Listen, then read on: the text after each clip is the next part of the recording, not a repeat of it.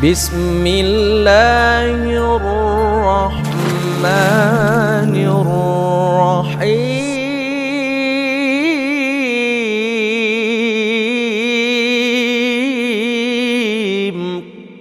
Allahi wabarakatuh. Alhamdulillah wassalatu wassalamu ala Rasulillah wa ala alihi wa sahbihi wa mawalah wa la hawla wa la quwata illa billahi wa ba'du. Alhamdulillah di pagi hari ini kita bisa duduk kembali beriman sesaat setelah melaksanakan kewajiban Allah Subhanahu wa taala dengan thalabul ilmi. Dan sebagaimana biasa ada faedah di pagi hari, di mana pagi ini kita akan mengkisahkan satu kisah di zaman sahabat Nabi sallallahu alaihi wasallam. Kisah yang ma'ruf, kisah yang disebut dengan Qissatu Ma'iz ibnu Malik al-Aslami. Kisah seorang sahabat yang bernama Ma'iz ibn Malik al-Aslami. Ma'asyiral muslimin yang dimuliakan Allah Subhanahu wa taala, Nabi sallallahu alaihi wasallam adalah manusia yang tidak suka mengumbar keburukan orang lain. Dan Nabi sallallahu alaihi wasallam adalah manusia yang suka menutupi aib orang lain. Terlihat dari kisah seorang sahabat namanya Ma'iz ibn Malik al-Aslami radhiyallahu anhu. Sahabat yang terjerumus kepada perzinahan. Mungkinkah sahabat Nabi SAW berzina? Maka kita katakan ya, karena sahabat juga manusia. Mungkinkah di zaman Nabi SAW terjadi perzinahan? Kita katakan ya, dan itu terjadi kepada sahabat Ma'iz ibn Malik al-Aslami radhiyallahu anhu. Ada seorang budak wanita dan dia menjadi penggembala kambing. Budak wanita ini adalah budak dari anak pamannya Ma'iz sendiri, namanya Hazzal ibn Nu'aim al-Aslami radhiyallahu anhu. Entah hawa nafsu yang menguasai Ma'iz ibn Malik ketika itu, tergoda dengan jariyah budak wanita penggembala kambing ini. Akhirnya kemudian terjadilah perzinahan antara Ma'iz ibn Malik al-Aslami dengan seorang budak wanita penggembala kambing, budak dari anak pamannya sendiri, namanya Hazzal ibn Nu'aim al-Aslami radhiyallahu anhu. Setelah Ma'iz kemudian terjerumus kepada perzinahan, maka dia menyesal sejadi-jadinya, menangis setiap malam. Kenapa dia sampai terjerumus kepada perzinahan yang diharamkan dalam Islam ini? Akhirnya kemudian dia coba datang kepada Abu Bakar Siddiq radhiyallahu an, mengadukan persoalannya. Kemudian dia mengatakan, wahai Abu Bakar, bagaimana pendapatmu kalau aku datang kepada Nabi SAW dan aku ceritakan perzinahan itu, dan aku siap dihukum dengan hukuman rajam, dilempari batu sampai mati? Maka Abu Bakar Siddiq radhiyallahu an mengatakan, ya Ma'iz, apakah sebelum engkau menceritakan kepada diriku ada orang lain yang kau ceritakan kepada orang itu tentang perkara? Kata Ma'iz, tidak, hanya engkau yang tahu. Maka Abu Bakar Siddiq radhiyallahu an mengatakan, istatir bisitrillahi alaika wa la taqshif sitrallahi anka wa tub bainaka wa bainallah wa la tafdah nafsaka ya Ma'iz. Kata Abu Bakar Siddiq radhiyallahu an menasihati, sebaiknya tutuplah dosamu dengan hijab Allah Subhanahu wa taala. Jangan engkau buka aibmu kepada orang lain. Bertobatlah kepada Allah Subhanahu wa taala, cukuplah engkau dan Allah yang tahu. Dan jangan ceritakan kepada orang lain. Akhirnya kemudian Ma'iz pun pulang mendapatkan nasihat dari Abu Bakar Siddiq radhiyallahu an, tapi kurang puas. Akhirnya kemudian dia datang kepada Umar bin Khattab radhiyallahu anhu, ingin menanyakan hal yang sama. Maka jawaban Umar persis seperti jawaban Abu Bakar Siddiq radhiyallahu anhu, agar Ma'iz jangan berangkat kepada Rasul dan menceritakan perkaranya. Cukuplah bertobat antara dia dengan Allah yang tahu saja. Masalahnya, ketika dia bercerita kepada anak pamannya Hazzal ibn Nu'aim al-Aslami, lain pula jawabannya. Kata Hazzal, dia mengatakan, ya Ma'iz, anta iqtaraftal khati'ah wala budda an tadhhab ila Nabi sallallahu alaihi wasallam li ta'tarifa hatta uqima alayka hadd rajul. In kunta sadiqan fi taubatik fasallim nafsaka wadhhab ila Rasulillah sallallahu alaihi wasallam. Maka Hazzal ibn Nu'aim al-Aslam ini menasihati Ma'iz dan mengatakan, wahai Ma'iz, kalau engkau sudah mengakui kesalahan, terjerumus kepada zina, maka engkau harus datang kepada Nabi SAW menceritakan dosamu supaya ditegakkan hukum hudud. Itu pun kalau memang benar taubatmu dengan sebenar-benarnya, berangkat kepada Rasul, serahkan dirimu kepada Nabi. Akhirnya kata-kata Hazzal ini terngiang-ngiang di kepala Ma'iz ini. Dari situ kemudian Ma'iz pun berangkat bersama Hazzal menemui Nabi SAW. Dan itu dikisahkan dalam sebuah hadis yang dikeluarkan Imam Muslim dari Sulaiman ibn Buraidah dari bapaknya radhiyallahu anhu. Ketika Ma'iz datang kepada Rasul, Ma'iz mengatakan, ya Rasulullah, zanaitu fatahirni. Rasul, aku sudah berzina, bersihkan aku. Maka Nabi SAW marah dan mengatakan, waihak, irji fastaghfirillah wa tub ilaihi. Celaka engkau wahai Ma'iz, sebaiknya kau pulang, bertobatlah kepada Allah Subhanahu wa taala dan perbanyak istighfar. Maka setelah Nabi SAW bicara seperti itu, Ma'iz pun kemudian hendak pulang. Di tengah jalan masih ragu-ragu. Akhirnya dia kembali kepada Nabi SAW kedua kalinya dan mengatakan, ya Rasulullah, zanaitu fatahirni. Rasul, aku sudah berzina, tolonglah bersihkan aku. Maka sekali lagi Rasul mengatakan, waihaka irji ya Ma'iz fastaghfirillah wa tub ilaihi. Kata Nabi SAW, sudah, pulang saja engkau wahai Ma'iz, bertobatlah kepada Allah, perbanyak istighfar, dan jangan pernah kembali kemari. Kemudian Ma'iz pun kedua kalinya dia melangkahkan kaki untuk pulang. Di tengah jalan masih ragu-ragu. Datang lagi kepada Rasul ketiga kalinya. Kemudian dia mengatakan, ya Rasulullah, zanaitu fatahirni. Rasul, aku sudah berzina, bersihkan aku. Akhirnya Nabi SAW, karena sudah bolak-balik sampai 4 kali, kata Nabi SAW, kalau begitu pulanglah, nanti keputusannya menyusul. Berangkatlah Ma'iz pulang dalam kondisi bingung karena belum ada keputusan. Kemudian Nabi SAW mengutus orang untuk mengecek kondisi Ma'iz. Jangan-jangan Ma'iz ini error kepalanya, boleh jadi dia gila, dia mengucapkan sesuatu yang di luar nalarnya. Akhirnya kemudian berangkatlah utusan Nabi SAW untuk mengecek kesehatan Ma'iz. Rupanya Ma'iz adalah manusia yang paling berakal di kampungnya, tidak ada penyakit gila di kepalanya. Kemudian dilaporkan kepada Nabi SAW bahwa Ma'iz itu orangnya sehat. Kemudian akhirnya Nabi SAW mengutus lagi dan mengatakan, coba cek Ma'iz itu, dia pemabok atau tidak. Jangan-jangan ketika kemarin dia datang kemari dia sedang mabok sehingga dia nyerocos apa yang dibicarakannya, dia tidak tahu, dia tidak sadar. Akhirnya kemudian utusan Rasul SAW datang ke Ma'iz memperhatikan, dan Ma'iz itu tidak pernah menyentuh minuman khamr, tidak pernah menyentuh khamr.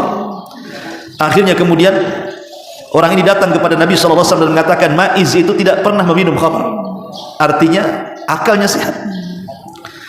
Ketika kemudian Nabi SAW mengecek, karena bagaimanapun kalau orang gila tidak mungkin ditegakkan hukuman had, atau kalau dia mabuk kan lain pula hukumannya. Kemudian setelah itu dipanggillah Ma'iz. Kemudian Nabi SAW mengatakan, ya Ma'iz, apakah kau berzina? Kata Ma'iz, ya aku berzina wahai Rasul. Apakah seperti berzina layaknya seorang suami istri? Maka kemudian Ma'iz mengatakan, ya aku berzina dengan orang yang bukan muhrimku, seperti suami istri. Maka Nabi SAW ingat bahwa pengakuan itu sekuat-kuatnya dalil. Kalau ada orang yang mengaku, tidak perlu saksi. Saksi itu didatangkan kalau nggak ngaku. Karena dia sudah mengaku, artinya dia mendatangkan sekuat-kuat dalil. Dari situ akhirnya Nabi SAW kemudian menyiapkan tempat hukuman bagi Ma'iz. Ingat, Rasul tidak pernah merajam siapapun. Nabi SAW apabila memberikan hukum hudud kepada para sahabatnya, maka Nabi SAW akan menyuruh orang lain. Rasul tidak pernah merajam dengan tangannya. Ma'asyiral muslimin yang dimuliakan Allah Subhanahu wa taala, ketika itu Ma'iz pun kemudian dipendam separuh badannya. Mulailah kemudian para sahabat melempar Ma'iz dengan batu dan tulang, karena bagaimanapun Ma'iz ini sudah menikah masalahnya. Dan ingat, hukuman seseorang yang pernah menikah kemudian dia berzina dalam Islam itu dirajam sampai mati. Kalau dia belum menikah kemudian berzina maka tidak dirajam, dicambuk 100 kali kemudian diasingkan setahun. Kan begitu hukum hududnya. Ketika kemudian Ma'iz mulai dilempari, terasa sakit oleh Ma'iz batu dan tulang yang mengenai badannya itu. Karena tidak tahan sakitnya, dia keluar dari tanah, lari dia. Kemudian dikejar oleh para sahabat, dilempari batu. Rupanya di tengah jalan ada seorang sahabat Nabi SAW tahu bahwa Ma'iz itu lari, dikejar oleh dia. Akhirnya kemudian ditangkap Ma'iz ini, kemudian diikat. Setelah diikat dilempari lagi. Akhirnya Allah Subhanahu wa taala takdirkan Ma'iz pun meninggal dunia, dilempari batu dan tulang oleh para sahabat Nabi SAW. Kejadian ini sampai ke telinga Nabi SAW. Kemudian Nabi SAW memanggil Hazzal, anak paman daripada Ma'iz ibn Malik al-Aslami, yang menyuruh Ma'iz untuk mengaku dosanya kepada Nabi SAW. Akhirnya Ma'iz pun dirajam dan akhirnya meninggal dunia. Maka Nabi SAW ketika itu menyesalkan kepada Hazzal dan mengatakan, ya Hazzal, halla taraktumuhu, wahai Hazzal, kenapa engkau membawa Ma'iz melaporkan dosanya kepada aku? Kenapa kau tidak biarkan saja dia bertobat kepada Allah Azza wa Jalla? Karena sebuah kasus dalam Islam itu kalau sudah sampai ke seorang hakim, maka kasus itu tidak bisa dibatalkan, harus ditegakkan hudud. Dan itu pernah terjadi kepada seorang wanita anak pejabat di zaman Nabi SAW, anak kepala suku, mencuri. Kemudian akhirnya dilaporkan kepada Nabi SAW, kata Rasul, potong tangannya. Maka orang-orang pun kasihan karena dia adalah anak daripada seorang kepala kabilah dan dia pun seorang wanita. Kemudian orang-orang mengatakan, bagaimana kalau minta syafaat kepada Rasul, ampuni sajalah wanita itu. Lewat siapa? Lewat Usamah ibn Zaid. Dan Usamah ibn Zaid ini adalah anak dari anak angkat Nabi SAW, cucu angkat Rasul, orang yang paling dicintai Nabi. Coba bilang kepada Usamah, ada enggak keringanan kepada wanita itu? Nabi SAW langsung marah, ikhwatu fiddin, muliakan Allah Azza wa Jal, dan mengatakan, hancurnya umat sebelum kalian apabila para pejabat kemudian mencuri, maka tidak ditegakkan hukum kepada mereka. Tapi kalau orang fakir, orang rendahan yang mencuri, maka ditegakkan hukuman kepada mereka. Kata Rasul, wallahi lau Fatimah binta Muhammadin saraqat laqata'tu yadaha. Demi Allah, kalau seandainya putriku Fatimah mencuri, ku potong sendiri tangannya, kata Rasul. Artinya perkara itu kalau sudah sampai Rasul tidak bisa dibatalkan. Makanya kemudian Rasul menyesalkan kepada Hazzal dan mengatakan, ya Hazzal, halla taraktumu, kenapa kau tidak biarkan Ma'iz bertobat? Cukup dia dengan Allah saja, kenapa kau bawa kepadaku? Ma'asyiral muslimin yang dimuliakan Allah Azza wa Jalla, dari sini ada faedah besar dari kisah Ma'iz. Kemudian Nabi SAW ketika itu melihat ada perselisihan para sahabat tentang bagaimana kematian Ma'iz ibn Malik ini. Sebagian para sahabat ada yang mencela Ma'iz dan mengatakan Ma'iz telah hancur kehidupannya karena dia melakukan zina yang itu sangat aib di mata para sahabat sehingga ditegakkan hukum hudud kepada dia.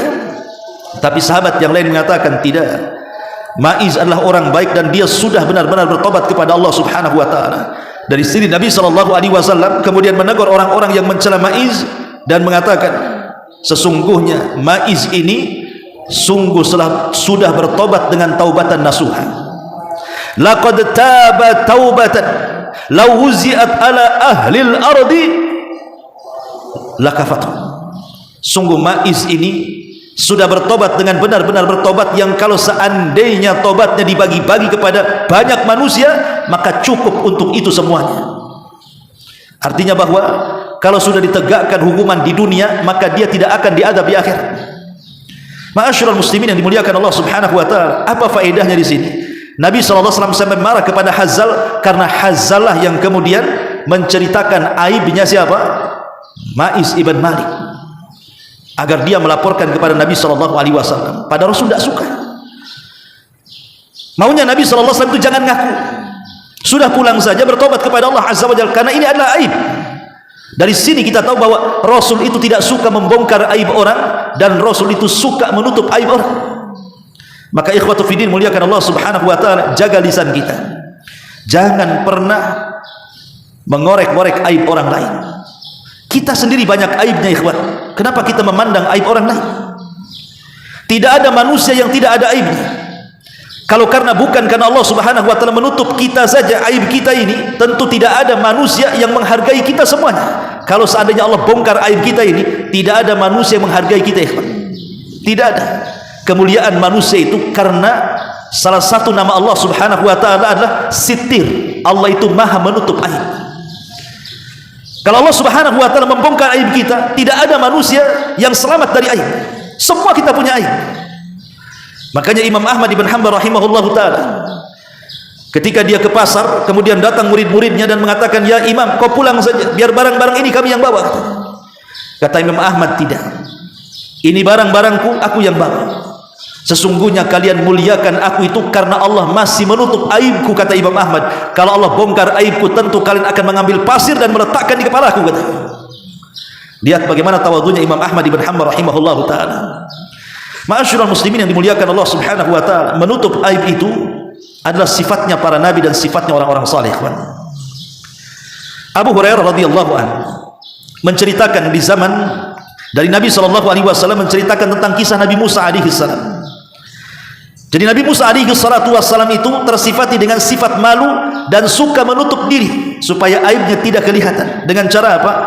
Kebiasaan di zaman itu kalau mandi rame-rame, sehingga terkadang aurat mereka tampak dengan aurat yang lain. Kayak kita lah dulu di zaman dulu kan, di kampung-kampung masih ada tuh orang yang di sungai mandi rame-rame, kan masih banyak tuh. Tapi zaman sekarang mungkin sudah kurang ya, karena sungainya juga sudah banyak limbah kan itu. Mungkin masing-masing juga punya kamar mandi di rumah masing-masing. Kalau dulu kan tidak. Kadang-kadang orang ke sungai rame-rame, laki-lakinya perempuannya sama saja. Lah di zaman Nabi Musa itu terjadi seperti itu. Tapi Nabi Musa itu punya sifat malu dan tidak mau membongkar aibnya, maka dia mandi sendirian, tidak mau campur dengan Bani Israel. Tapi Bani Israel itu lisannya lancang. Kemudian mengatakan, jangan-jangan Musa tidak mau mandi dengan kami, itu dia punya penyakit di badannya, sehingga dia malu. Akhirnya kemudian Nabi Musa dengar dan tersakiti hatinya. Satu hari Nabi Musa sedang mandi, kemudian diletakkan pakaiannya di atas batu. Allah takdirkan batu itu dibuat berjalan, sementara pakaian Nabi Musa ada di atas batu itu. Ketika melihat batunya berjalan, Musa pun mengejar batu dan hendak mengambil pakaiannya. Rupanya batu itu lewat di tengah-tengah Bani Israel yang sedang mandi. Musa mengejar dalam kondisi telanjang.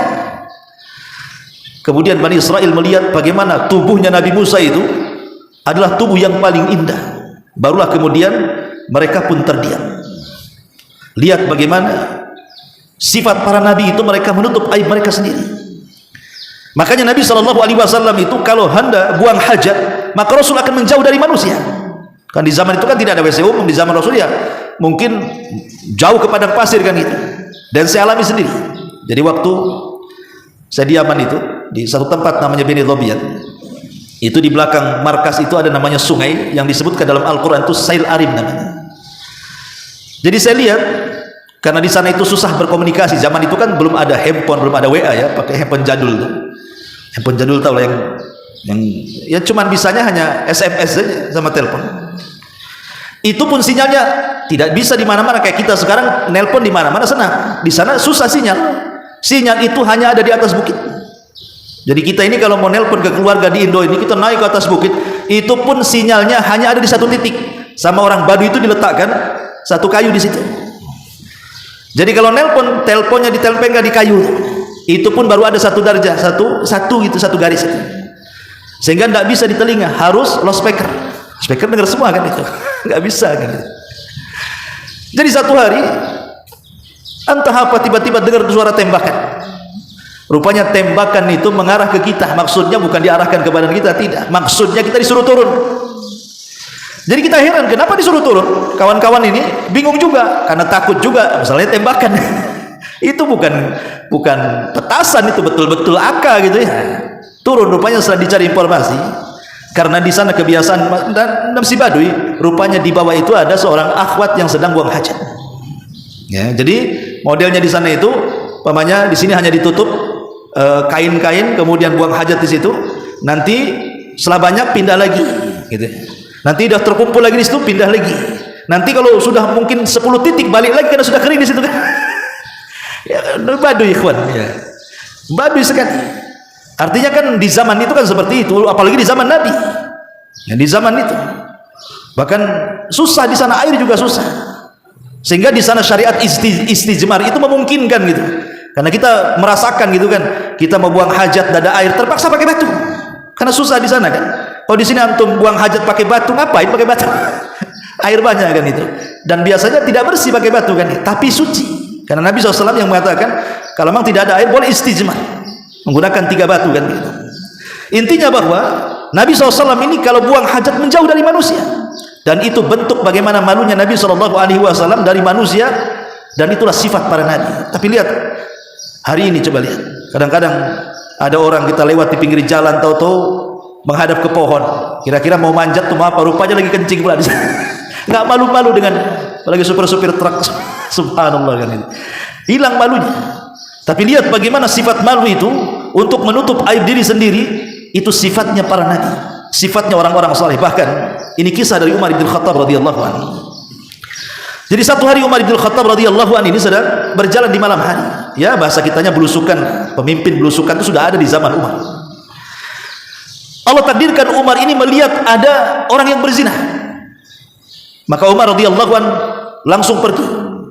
Keesokan harinya Umar mengumpulkan orang-orang terdekatnya, para muftinya seperti Ali radhiyallahu an, Utsman ibn Affan, dan banyak para sahabat dikumpulkan.